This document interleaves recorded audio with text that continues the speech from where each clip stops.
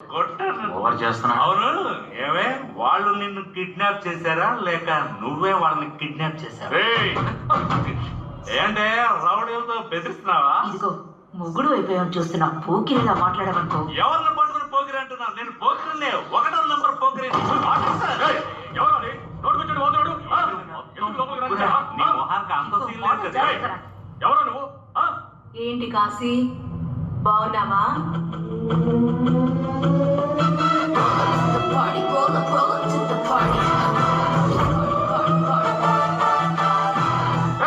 ఏంటో చూసి నిలబడ్డారు? ఏం చేయండి?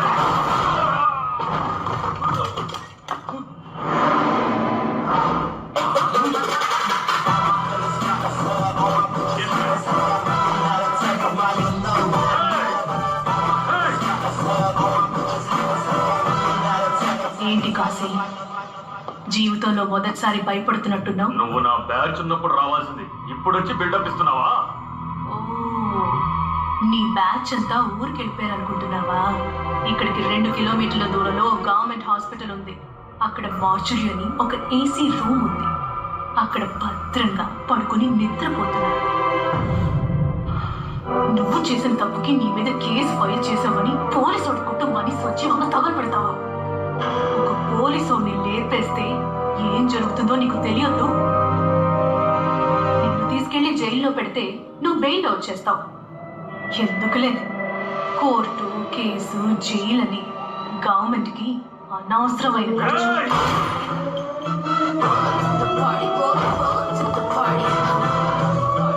కుమార్, కాశీని పాత బస్తీ గ్యాంగ్ వార్ లో లేపేశారని బాడీని మార్చురీకి పంపించండి. Okay madam.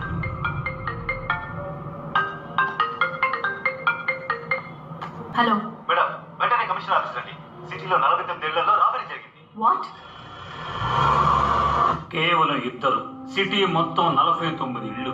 ముసలి వాళ్ళు ఒంటరిగా ఉన్న ఇళ్ళు చూసి పక్కాగా ప్లాన్ చేసి దోచుకున్నారు. దోచుకున్న డబ్బు నగలు మొత్తం విలువ 7 కోట్ల రూపాయలు. ఒక్క క్లూ కూడా దొరకలేదు. ఇందులో దారుణం ఏంటంటే ఈ రాబరీలో డబ్బు పోగొట్టుకున్న ఎక్కువ మంది తల్లిదండ్రుల పిల్లలు అమెరికా, లండన్, సింగపూర్, కెనడా అని విదేశాల్లో ఉంటున్నారు. సార్, ఇది జస్ట్ రాబరీయేనా లేదా? అందులో వాళ్ళు చాలా క్లియర్ గా ఉన్నారు. ఎవరి మీద దాడికి ప్రయత్నించలేదు. గన్ పాయింట్ లో నిలబెట్టి వాళ్ళని బెదిరించి డబ్బు నగలు మాత్రమే దోచుకున్నారు.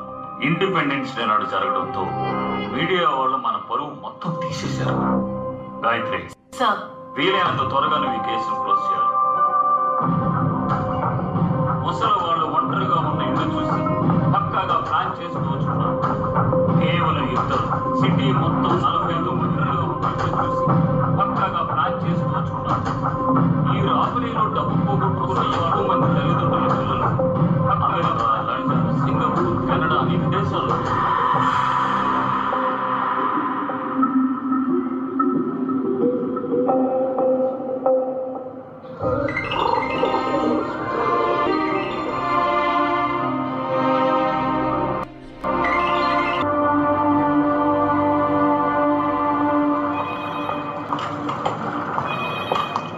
మేడం, మీరు అనుమానించింది కరెక్టే. Same gang, same robbery. Madam, robbery జరిగింది మొత్తం 49 ఇళ్ళు కావు. బామ్మగారి ఇంటితో కలిపి 50 ఇళ్ళు. బామ్మగారికి గాయం అవడం వల్ల కంప్లైంట్ ఇవ్వలేదు మేడం. ఓ డాక్టర్, ప్రాబ్లం ఏం లేదుగా? ఒక చిన్న మైనర్ హెడ్ ఇంజరీయే. ఎక్స్టర్నల్ బ్లడ్ లాస్ అయింది. అందువల్ల కాస్త అన్కాన్షియస్ గా ఉన్నారు. ఎప్పుడు స్పృహ వస్తుందో ఇప్పుడే ఖచ్చితంగా చెప్పలేము. Otherwise nothing to worry. Thank you doctor. Madam, phone చేయండి మేడం. చంద్ర సార్తో మీరు పడిన గొడవ గురించి ఆలోచించడానికి ఇది టైం కాదు మేడం. వెంటనే కాల్ చేయండి మేడం, ప్లీజ్.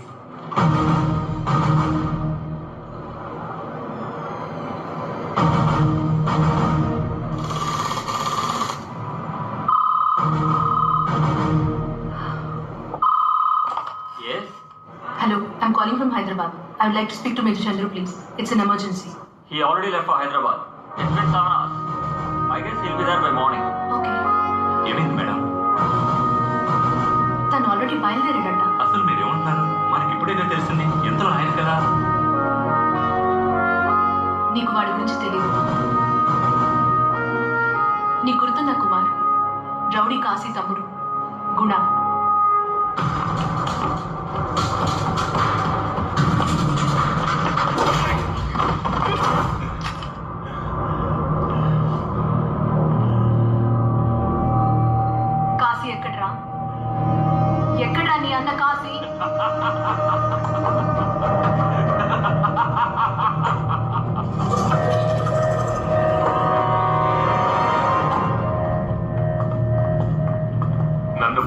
ఇప్పటికి నువ్వు ఎన్ని స్కెచ్లు వేశావు.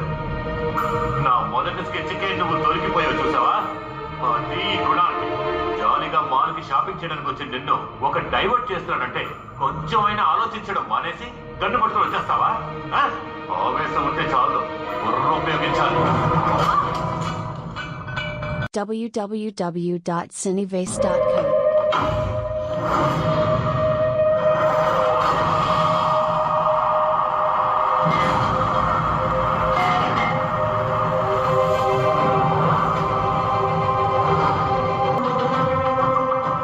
ఏంటి అయితే ఇలా చెప్పబట్టుకుంటే షాపింగ్ మధ్యలో వదిలేసి వచ్చేసాం. రా వెళ్దాం. బాసు, ఈ రోజు ఈవిడ ఆఫ్ డ్యూటీ. రేపు ఆన్ డ్యూటీలో మీ పంచాయతీ పెట్టుకోండి. నేనే చాలా రోజుల తర్వాత కలుస్తున్నాను.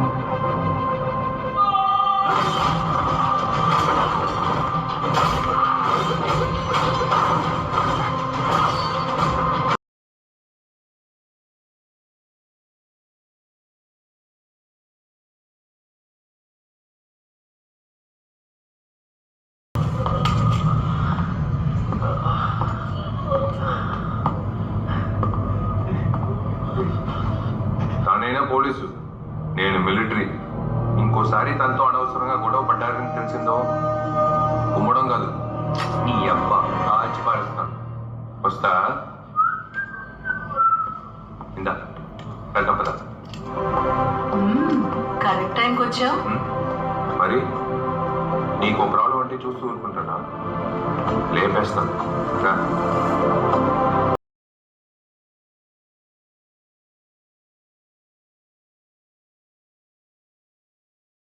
నేను కొంచెం అదో రకం మనిషినే. అన్నిటినీ ఎందుకని ఆరా తీసి ప్రశ్నిస్తా. ఓ కెలికి కెలికి కూపి లాగుతా. అదే నా క్యారెక్టర్. గాయత్రి చెప్పింది. ఏం చెప్పింది?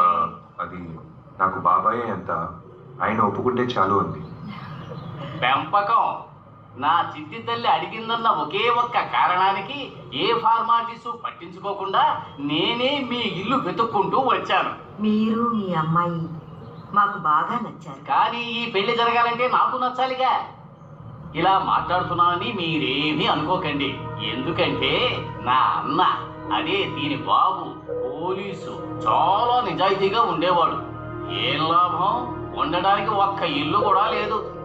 నా బిడ్డ వెళ్లే చోట ఎలాంటి ఇబ్బంది పడకూడదు కదా, అందుకే ఇన్ని క్వశ్చన్లు వేయాల్సి వస్తుంది. మీ అబ్బాయి గుణగణాలు లక్షణాలు ఓకేనే, కానీ క్యాష్ ఏమైనా 4 రాళ్ళు వెనకేసుకున్నాడా అని. ఎవరి దగ్గర చేయి చచ్చుకుంటే బతకడానికి కావలసినంత డబ్బులు సార్. మర్యాద గల కుటుంబం. గాయత్రిని కంటికి రెప్పలా చూసుకుంటాను. మర్యాద గల కుటుంబం అంటే 3 తరాలుగా ఈ దేశం కోసం ప్రాణత్యాగం చేసిన కుటుంబం సార్ మాది. ఈ దేశం కోసం ఎంత రక్తం చెందించాము ఆ షోకేస్ చూస్తే తెలుస్తుంది. అందులో ఉన్న మెడల్స్ చెప్తాయి మా కుటుంబం గురించి. అశోక చక్రం, మా నాన్నకి దక్కిన గౌరవం, ఇలాంటివి కోట్లు ఇచ్చినా ఎవరికి దొరకవు సార్. అయిపోయిందా? మెడలుంచుకుని నన్నేం చేయమంటావు చెప్పు. నాలికి తీసుకోవడానికి కూడా పనికిరాదు. ఏకతో సమానం అనుకో.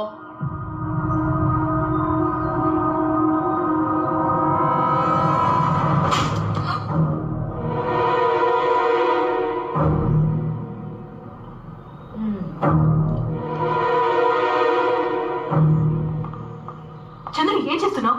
వయసులో పెద్ద అనే మర్యాద లేకుండా నా బాబాయ్ని కొడతావా? ఎవరు? ఈయన వయసులో పెద్ద మనిషి నేను చెప్పుకుంటే సరిపోదు, దానికి తగ్గట్టు బిహేవ్ చేయాలి. నీ మొహం చూసి ఈయన్ని వదిలేస్తున్నాను. తీసుకెళ్ళిపో. How dare you! ఈయన నాకు నాన్నతో సమానం. క్షమాపణ అడుగు. క్షమాపణ? నయం చంపకుండా వదిలేశాడు. ఆ మెడల్ని ఒక్కోసారి చూస్తున్నప్పుడు మా నాన్న నాతోనే ఉన్నట్టుంటుంది. దాని గురించి తప్పుగా మాట్లాడుతున్నాను? అవును, ఆయన మాట్లాడింది తప్పే. కానీ నువ్వు ఆయన క్షమాపణ అడిగే వరకు నేనెప్పటికీ నీ మొహం చూడను, ఈ ఇంట్లోకి అడుగు పెట్టను.